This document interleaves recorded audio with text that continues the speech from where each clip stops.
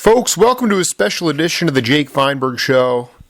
My guest today is a world-famous musician. He comes from a generation of musicians who didn't play to please the people. This generation played so they could perfect their instrument and be the best they could be. It wasn't hedonistic as much as a spirit of the times. With the advent of AM radio, writers and disc jockeys who were listening to new forms of music and writing about them. This exposure provided a springboard for young musicians to be heard and take chances, and build bridges for future sounds. Latin jazz, fusion, soul funk, and Afro beat. My guest has been at the forefront of musical invention and dimension. Roy Ayers, welcome to the Jake Feinberg Show. Thank you. Let's go back to Jefferson High School, if we can. I want you to talk about these exchange assemblies and talent shows where you would go in and play piano and Carl Burnett would play drums, and then maybe you'd go in as Carl Burnett and he'd go in as Roy Ayers, and you guys would just have a whole lot of fun. Oh, yeah. We called ourselves the Jefferson Combo. And it was myself, Carl Burnett, Mickey Alvera on saxophone, and Michael Shepard on congas, and Russell Elster on bass. I remember that those days, those were great days.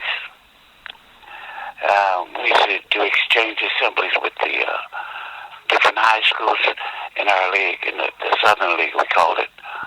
And I was in Jefferson, we go to Manuel, we go to Fremont, we go to Washington, we go to schools in the Southern League, and Jefferson was in the Southern League as well.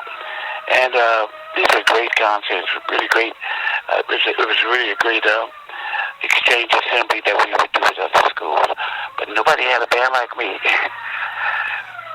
What were you listening to during that time? I want to go back and talk a little bit about the evolution of music on the West Coast, especially because jazz in the 50s was very straight bebop. And then you guys turned it on its head by incorporating a Latin style with the bongos and the congas and the timbales. Who was that first cat? Was it Gerald Wilson? Who were those cats that started turning jazz into Latin jazz? Well, the first cat I was influenced by was Cal Jader. Cal Jader, a vibraphonist. And of course, his music was very happy, very vibrant, and it was like a Latin jazz thing. I mean, Cal Jader, at the time that he would come to Los Angeles, he would have Willie Bobo on percussion and drums, Al McKibben on bass, Lonnie Hewitt on piano, and Mongo Santa Maria on congas. That was the most exciting group that I had ever seen.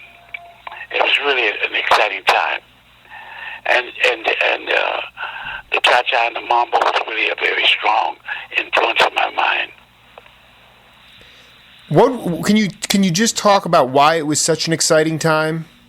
Yeah, it was an exciting time because we'd never been exposed to any music like that, and it was very. I mean, all of these guys I just mentioned, well, let me say Willie Bobo and Mongo Santa Maria, when they left Cal, they formed their own band. Right. And they had a very strong acceptance by the world as well. And so to see them together playing with Cal was really an incredible scene because it was all the musicians were strong. That was it. And of course, I was influenced by the vibes through Lionel Hampton at a younger age. And then when I saw Cal Jade, I said, "Oh my goodness!" And of course, I used to sit in with Cal. I knew all his music. I used to sit in with him and play with his band with those same guys, Mongo and Willie Bobo and Al McKibben and Lonnie Hewitt. So it used to be a really wonderful time we used to have. It was a lot of fun. And it was because he was taking traditional jazz tunes and putting a Latin beat to them. Is that kind of what? Well, you could say that, yeah, of course. Jazz tunes and of course our original songs, and making them, creating them with a Latin beat, and it really worked, and people loved it. it was very danceable too. I mean, people were really up and dancing. It wasn't a sit-down. They were doing the mambo, cha-cha-cha, yeah, merengue, yeah. It was an exciting time. Talk a little bit about, did you have Sam Brown as a high school music instructor? Sam Brown was my instructor, that's right. And Carl said you guys drove him nuts. Well, we had fun. We had fun with Sam. Sam was he was very serious, about music, and I don't think that the class. I mean, sometimes he would leave the class and let me or Carl take over the class. But I don't think the people were that serious about it. The musicians, the ones that were in the class, most of them were not serious. To show you how serious they were, none of them were still playing, so myself and Carl. Mm-hmm. So it was, we still played it, and I remember, we used to play in the room I'd solo on the piano, on the upper half of the piano, and Sam Brown would play the bottom. He was a wonderful teacher. He was, and he was very talented too. He wrote the alma mater for Jefferson High School. All hail to Jefferson, home of the green and gold. That was he left that memory up in the school archives. But Sam Brown was a wonderful music instructor, and I think he was very proud of me when I sent him several of my records that I'd done, because I was one of the few that left school and continued my music career. It was. I wanted to ask you about it. One of the earliest percussionists, Modesto Duran, he played conga drum on in the Gerald Wilson Orchestra on the West Coast, and I guess I'm just fascinated by the idea of the advent of the hand drum in jazz. I mean, to me, Roy, when I look at jazz now, when I see jazz now, the hand drum has been really taken away from jazz, and jazz has lost that urban, earthy, organic feel to it, and it's especially in the black community, the urban the conga drum is necessary for the black neighborhoods. Well, it was necessary back in the late 50s. And on forward, and a little bit before then, because John Oposo had recorded with Dizzy Gillespie, and of course the Duran brothers had worked with many of the West Coast musicians, and then we got on to congados like the conga player that played with Tito Puente. He also worked with most of the jazz cats at Blue Note, Ray Barreto. Yeah. And of course, I followed all the conga players. I worked with Carlos Picado Valdez from Cuba, sure, with Herbie Mann, and of course when Mongo left Cal Jader got Almanzo Peraza, and a host of conga players. Congueros were available all over the country. Almanzo Peraza and Francisco Agobela. These are great musicians, and to know them and to hear them play was really a thrill for me, and to have played with several of them was a great experience for me. And you actually, for in your younger years, you were playing guitar for a while before you started playing piano. Is that correct? Oh yeah, I played guitar for 6 years, the Hawaiian style guitar. Exactly. You play that. Yeah. You play that one tune every year. Yeah, it's a steel guitar rag. Yeah. and you used to bar with it on the left hand, on the left side, and you used the regular picks on the right. But that was wonderful. But it was good musical education for me, and it familiarized me with the musical instruments. I played piano, and I played the guitar, and then I was so glad that my folks bought me a set of vibes when I was 17. The thing that caught my attention was I interviewed the skipper Henry Franklin really early on in my career, and he talked about growing up in high school and having a Latin jazz band with you and Carl, And like you said, he said, Roy, at that time, it was your band, and you were in love with Cal Tjader, and it kind of turned me on my head, because I've been trying to piece this stuff back, basically trying to piece back where the Ubiquity band kind of got its roots from, and that it kind of just blew me away in the sense that was very much later. It was, but I mean, I guess what I'm trying to get back to is the roots of this sort of acoustic swing that was taking place when you guys were, just out of high school at that time when you had that band. Can you talk about that band a little bit? Oh, yeah, it was, it's interesting because as I reflect, most of the musicians, before Henry Franklin, there was a bass player named Russell Elster. He was in high school with us, and Gerald Garrett, he was a bass player also. Of course, Michael Shepard was the conga player. And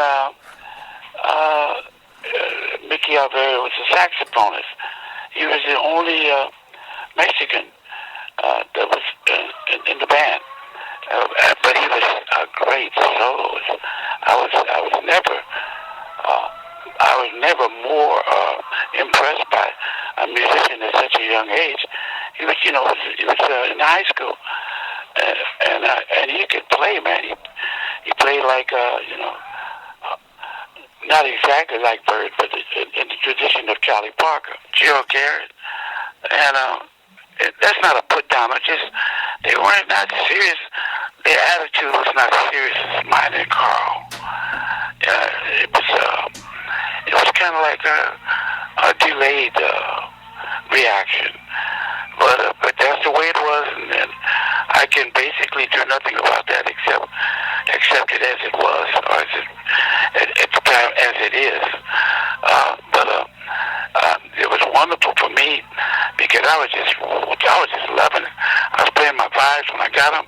Oh man, I played my vibes till I almost ran my mother and father crazy because I was playing the vibes 24/7, almost every second of the day, and sometimes my mother and father would say, "Son, please stop playing. Do some work. Do some homework. We got to go to work."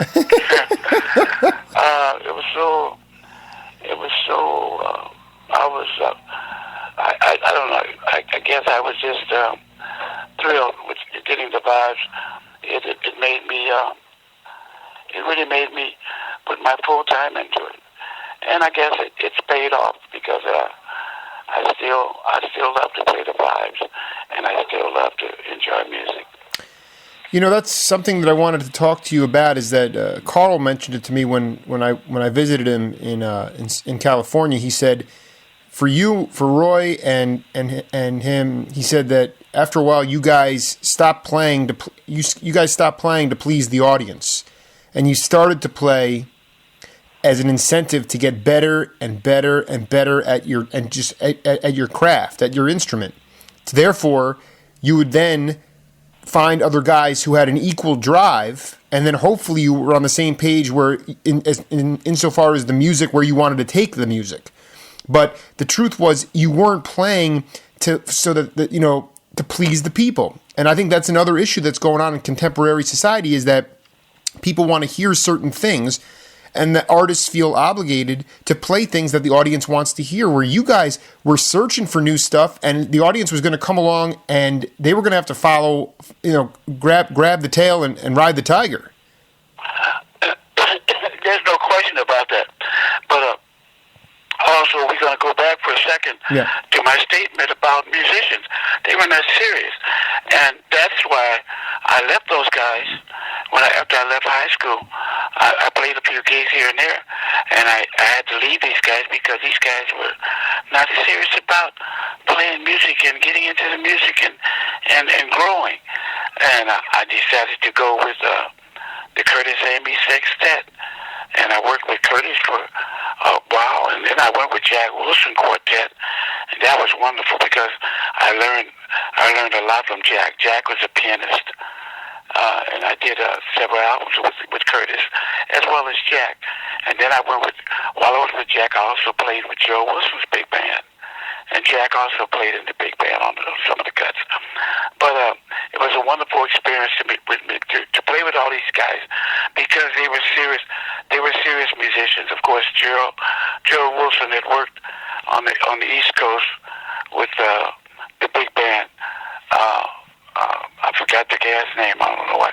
But and of course Curtis Amy had his own sextet and had a recording contract with Pacific Jazz, and Jack Wilson had a recording contract with Vault Records and of course Atlantic Records. And I did about 4 albums with Gerald. With Curtis. I did one with Gerald, and then I did 4 albums with Jack Wilson. So it was really a thrill being with these guys. But more so than that, then I recorded an album with the Walker, Leroy Vinegar. I did an album with him on Contemporary Records. And so I was growing. And I hadn't grown and got to the point of accomplishment and world recognition until I went with Herbie Mann. Went with Herbie Mann in 1966. I left Los Angeles and moved to New York, which is wonderful. It's the best way to come to New York is with a job, being a musician. And I had a job with Herbie, and I worked with Herbie for 4 years. And I left his band and formed my group, Roy Ayers Ubiquity. Ubiquity was a name given to me by a manager. My manager at that time was Myrna Williams. And she said, "Why don't you call your group Ubiquity?" I said, "What does ubiquity mean?" It means a state of being everywhere at the same time. And I said, "Oh, like the air, yeah." And so it worked. And I started calling myself Roy Ayers Ubiquity. And I still use that name from time to time, and different promoters use it from time to time. So it's been very good for me. It's kept me working, and it's kept me busy. And people sometimes call me Roy Ayers Ubiquity. It's real funny, but it seems as though I've done everything right. I haven't done anything wrong. I just kept busy playing music and kept going. And with the emergence of hip hop, it's all over the place. But a lot of hip hop artists are calling me to work with them because I've got more records. More of my music has been sampled by the hip hop artists than anyone else. So, just for a minute here, you wound up. I have a couple of those amazing albums, the reissues on Discovery. One called Corcovado with Jack Wilson and Al McKibben is on it. And there's a picture of you on the back. You look probably about 20 years old playing the vibes. And I'm just like... That's not Al McKibben. I thought that was... Al McKibben played bass on that album. Al McKibben? On the Corcovado album with you and Jack Wilson. Well, I thought it was Ray Brown. And I was trying to figure out, because at that point was Al... was he not working with Cal anymore at that point? I don't believe so. I'm not sure because I don't know what happened to Al. I hadn't talked to him. I know he's passed now. He died, but I haven't talked to him. Absolutely. Let's talk about Cal Jato days were, like right as I left high school. Right, exactly. No, I was going to ask you about, I had a chance to sit down, talk to Tony Waters as well, and he talked about a guy in one of your bands called Fred Spencer. I think he was one of your earliest percussion players in one of your bands. Fred Lido, yeah. Talk a little bit about him. He was a very good player. He played congas, and he was just very. He wasn't as punctual as he should have been. Well, our first gig that we got in East Los Angeles was at a club, and he was late for the gig, and the club owner fired us. Oh man, I never forget that. So just because you didn't start because of him. You had to wait for him. No, we played the gig without him, but he didn't make the gig. It was a Latin club. A guy named Bobby Montez used to work over there. He's a vibraphonist, and he was very good. And he used to work at that club, the M Club, in the East, in the East Los Angeles. And we got the gig after I convinced the guy to have me in the club. And Fred Lito didn't come to the gig till it was over. When we were finished, he came and said, "Hey, what time is the gig tomorrow night?" I said, "We're fired." That was horrible. Well, I mean, I'm mad at this guy, and I fired him too. Of course. No, when did you begin to collaborate with Leonard Feather? Oh, I did an album with Vi Red, a saxophonist that played just like Charlie Parker. Beautiful woman saxophonist, yeah. And she was a little older than me, maybe about 20 years, 15 years. And she called me to be on that album. And Leonard Feather was the producer of the album for United Artists. And he came over to me while I was playing, and I finished the song. And he said, "Roy, have you ever recorded?" I said, "No, I'm not ready to record yet." And he said, "Yes, you are." And, of course, I did my first album after that for United Artists. And that was 1963. West Coast Vibes. Yes, it was West Coast Vibes. That was my first album. What a great album that was. That was that was just beautiful. Oh, thank you. It was a pleasure doing it. Had Curtis Amy on it and several West Coast musicians, guys I had never played with before. So it really worked beautifully. Did you, both your parents were musicians as well. What do you think, in your mind, what did they try to, aside from trying to get some sleep because you were playing the vibes all night, what did they try to, what did you learn from them the most as far as values and work ethic? Well, never give up. They've got us my help in every need. Those wonderful things that most black people learn.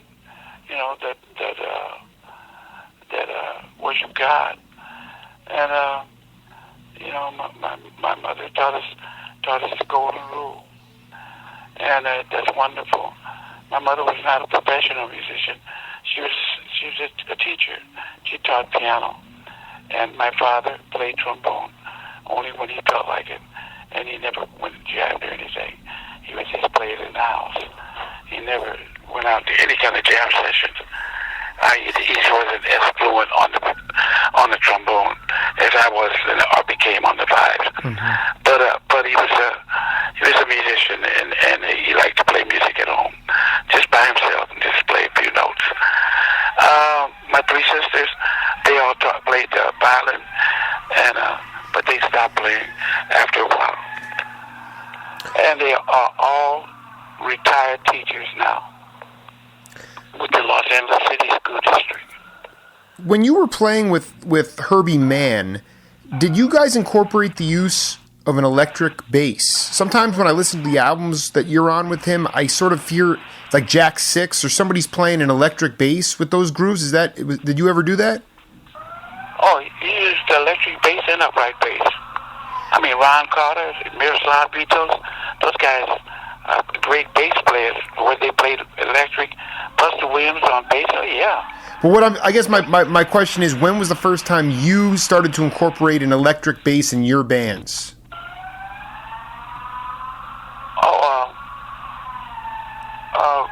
Right after I left Herbie Mann.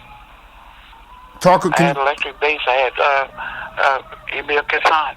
Emil Kassan was on bass, and I've had so many bass players over the years. But he was the first one that started it, and he plays electric bass. And he was more. How would you consider his? Was he more from the Motown, the soul R&B side of things? Was that the kind of groove that he was? Well, he was just a great bass player. He's a guy that played on Red, Black, and Green. That album called Red, Black, and Green. If you think about it, you know what I mean. Yeah. Yeah, this is one of my favorite albums. And Harry Whitaker, he was a piano player. He died. Yeah. How did you? When you would go out on tour with Ubiquity, especially during the years when you made He's Coming, Red, Black, and Green, if you went to, say, San Francisco, would you play at the Both And or the El Matador, or would you be playing in the soul clubs? Where were you put? Where did you go? In the early days, I played at the Great American Music Hall. and I also played in San Francisco. I never played the both band or any of those rooms. There was another vibraphonist named Bobby Hutchinson who played there, and of course the Montgomery brothers, Montgomery, of course, Wes Montgomery and Buddy Montgomery. Wow. You just brought back my mind. They played at the Jazz Workshop, but I played a room in San Francisco recently. It's a really nice room. I can't think of the name of it.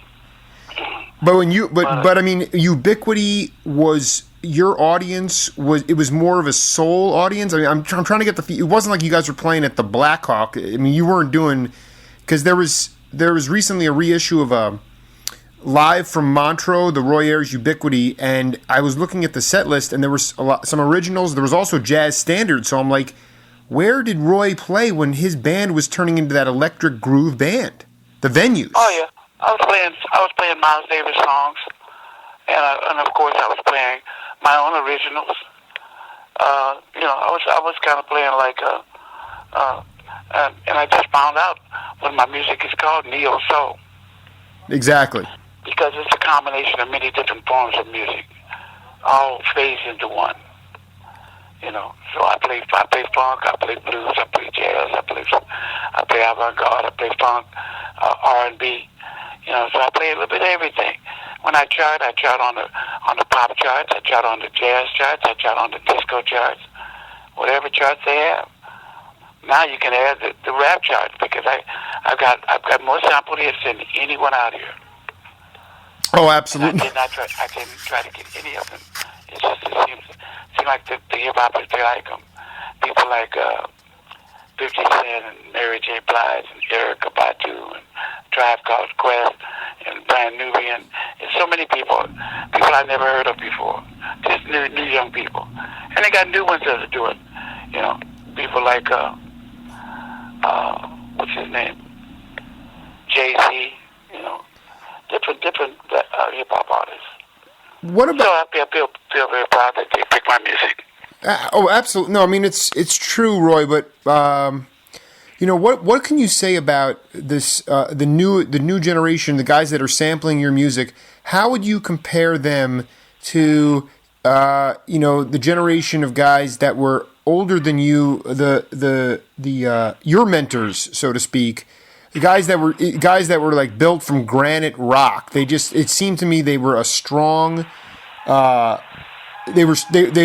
stronger than dirt. And today I don't know in the black community if the same. Like for instance, We Live in Brooklyn, baby. That song came from a feeling of empowerment in the black community, made you feel proud, and you produce good music.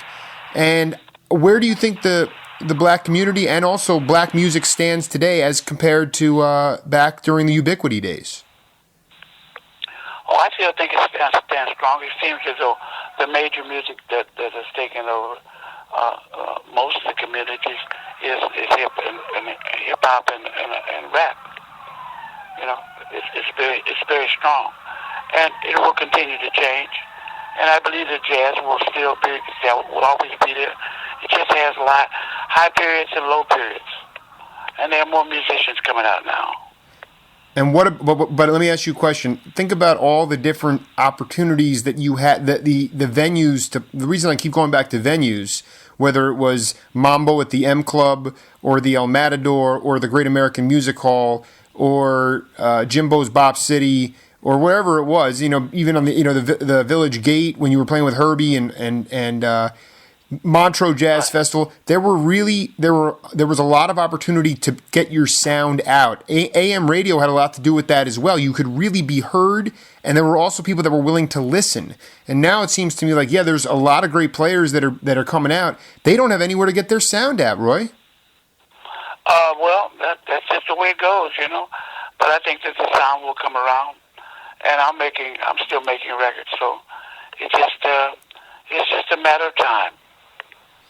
Talk a little bit about the guy that linked us up, Will Holden. He sent me his CD, and you played recently on one of his CDs. Oh, I like him. He's a fine musician. and he's got some great ideas.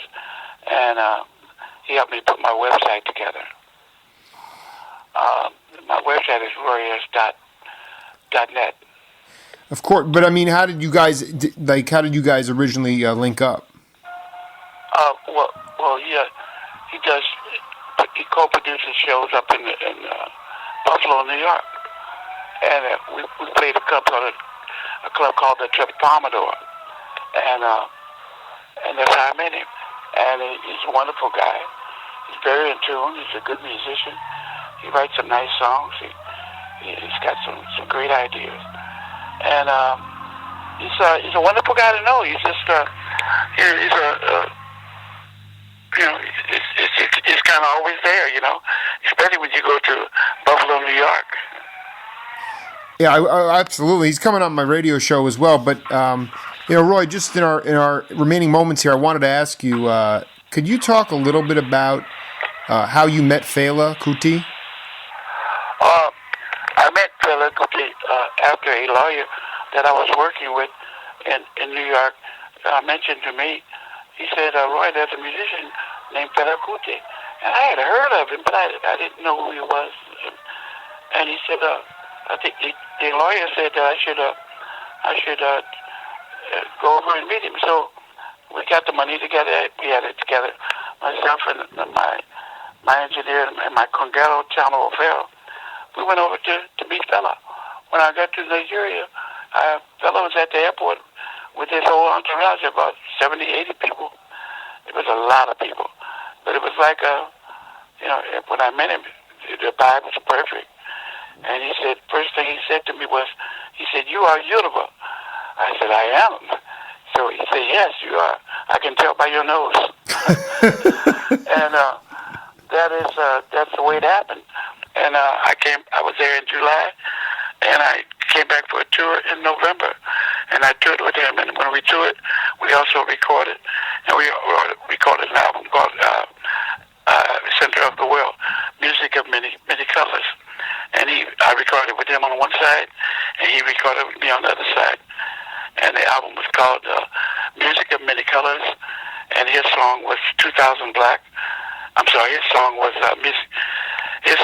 Africa, Center of the World, and my song was 2000 Black. He was a wonderful guy, a really happy guy. He was very sad because I think that he was disappointed in the Nigerian people because of what was happening down in South Africa with apartheid. Yes. At any rate, anyway, he complained about it, and he was very. He appeared to be very militant, but he was just mad because a lot of things had happened with his mother. His mother had gotten killed, and she said she fought for women's rights, and she also fought for Nigeria's right to get rid of the English, and they got rid of the English. Had the English not left Nigeria, I believe in '53 or whenever, they would have. If they had stayed, they would have been in control of the oil. But fortunately for the Nigerians, they left there early. Anyway, Fela was involved in all these things. He was not only a musician, but he was married to 27 women. He ran for being the president of Nigeria. He didn't win, but he also organized an organization called MOP, which was called Movement of the People, and he was very, very, very good. They have a play on him here in the United States that's produced by Will Smith and his wife Jada Pinkett, and so it's going very well. And also Beyonce's husband, what's his name? I just said his name. I don't know. I know Beyonce. I don't know who she's married to. Oh, yeah, I don't know who she's married to.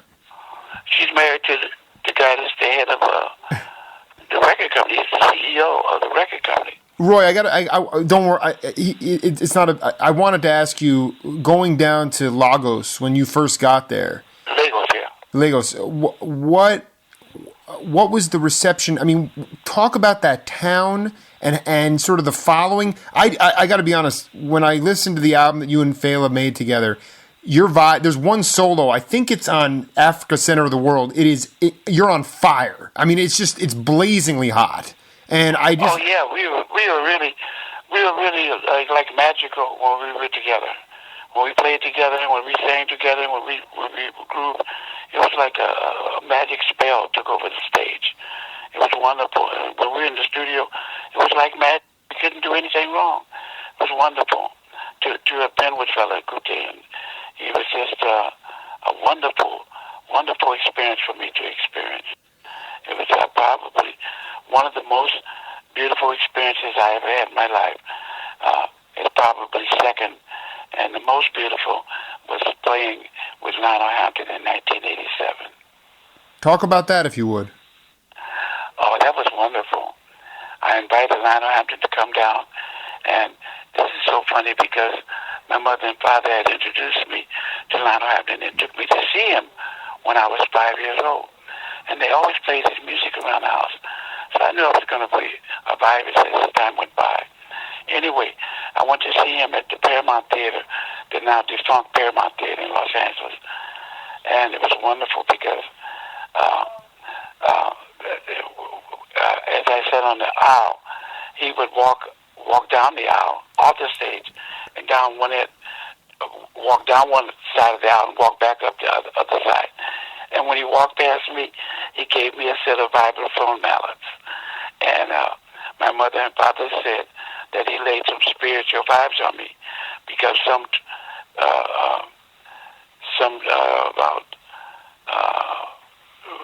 12 years after that, I started playing the vibes. That was so funny, but it was great. And then he came to see me at the Village Gate in 1987, one most incredible year, and I had practiced with my band to play. I knew he was coming because the agent that was booking me was booking him too. And he brought him down. There's about 600 people there. At any rate, he came, and I said, I brought him up on stage. I said, ladies and gentlemen, would you please welcome the greatest vibraphonist in the world, Mr. Lionel Hampton. He came up on stage, and we started playing Flying Home. And he and we took pictures. We took pictures on stage, and I use those pictures now with Lionel Hampton to show that I played with him. That was the highlight of my life. That's a great story because that story's never been told. You know, I mean, that's a beautiful. I mean, only for the people that were actually in the audience that night and for the band members. You know, it's a beautiful thing. It was wonderful. It was a wonderful experience. I wanted to go back to actually a technical part of playing. Wasn't part of Cal Tjader's genius was the silence within the music? He left space. He created space in the music, which actually was music itself. Is that a fair statement? Well, I guess you could say that. It was a style, the Latin style, and the jazz improvisation on it. He's a great vibist. He was a wonderful vibist. I really enjoyed his playing,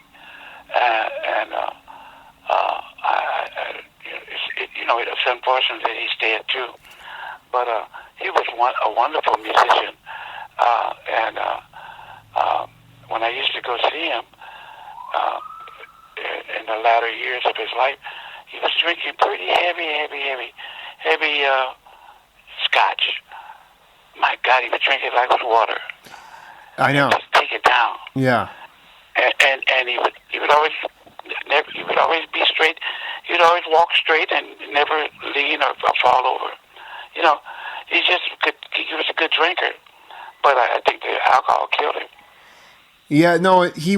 There's no doubt it's been well documented. Towards the end, you were seeing him with Poncho and Mark Levine and Rob Fisher. Was it that band that you were seeing him with? Oh no! When I saw him, the last time I saw him, I believe the last time I saw him that he had Mongo and Mongo Santamaria, and he went through a whole bunch of musicians after that. The Mongo left because he could not get anybody to play as well except Armando Barraza. Right. But as well as Mongo was dynamite.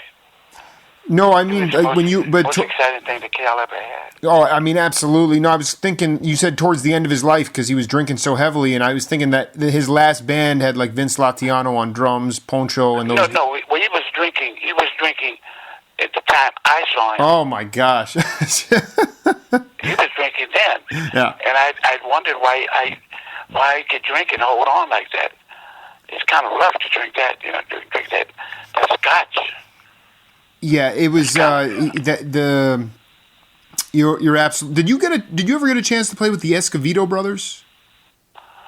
No, but I played with Sheila. She played with me in San Francisco. She came and sat in. Wow. She's a real diva, huh? And I have an email question from one of my listeners. He wanted to know if you could talk about the Uno Melodic label that really kind of brought you to a whole new level from a producer, an arranger, and a playing standpoint. I started the label, but the only problem that I had with the label was that I couldn't get the necessary airplay because the record companies have all their airplay connected, and if you don't have the money to pay the radio stations to play your record, then you've got a problem, and it takes a lot of money, and that's why my records all got played because the record companies that had my records, Polygram, they had plenty of money, and most of the record companies that most artists are on, labels on, that most labels they're on are major record companies, and the record companies have a lot of money. They have a lot of revenue to spend to get their records played, and that's the only problem is that a lot of people have their own labels now, but they can't get their records played, and it's unfortunate because there's a lot of music that's not going to be heard. And that's what I was kind of referring to earlier with, when Carl Burnett, talked about you guys growing up and having disc jockeys who would play these great jazz tunes and introduce everybody who was playing on the album. So you were away. Yeah. Now the money has moved in. How do you break that? How do I what? How do as a society, how do we break that?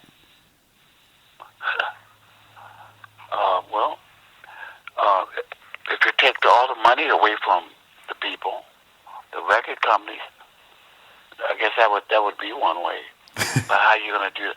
How are you going to stop Columbia Records? How are you going to stop Warner Brothers Records? You can't stop it. It's like, look what Congress is doing to the president. Mm-hmm. It's crazy. I was telling my mom the other day. Doing the same thing to the people.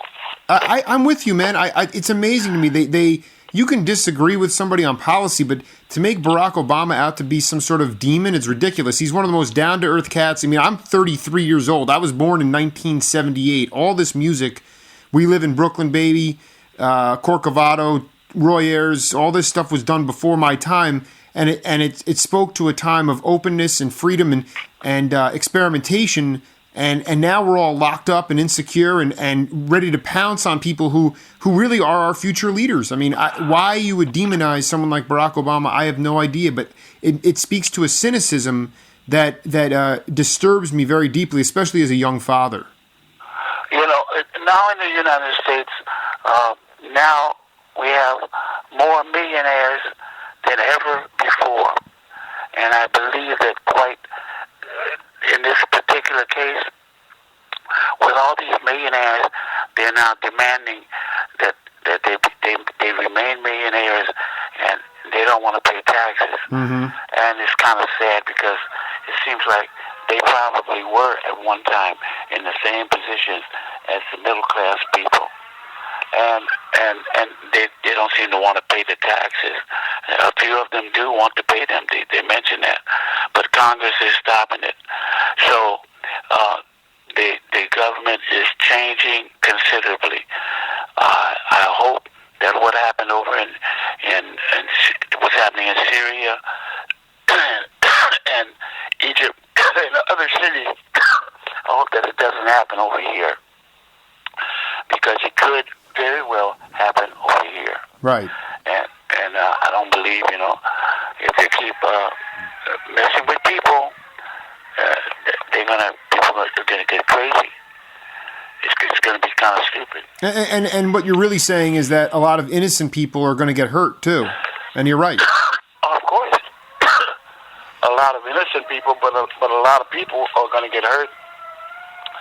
And I found out one thing about traveling. Whatever I see happen overseas, it eventually happens over here. Mm. Those are gripping words, Roy. And I just want to tell you that my plan is to. I'm writing a book about the early '70s in jazz, and a big part of the book, a chunk of one chapter is going to be devoted to you and Burnett and the Skipper, because what you guys were doing was way ahead of the curve. I got a picture of me and Henry Franklin. Yeah. Have you talked to Henry? Dude, the Skipper was like my fourth interview, man. I mean, he's the one that put me on this. He gave me instant credibility. Do you have a telephone number for him? I haven't talked to him. I want to give it to you. I want to put you guys back in touch because they still love you so much, man. And I said, there's no reason why the three of them can't go. I want to get you guys back playing again because it's a great documentary in the making. Can you give me his number? Absolutely. I mean, let's just finish the interview and then we'll wrap it up and then I'll give you the number. Okay? Oh, okay. Yeah. You still have more things. Go ahead.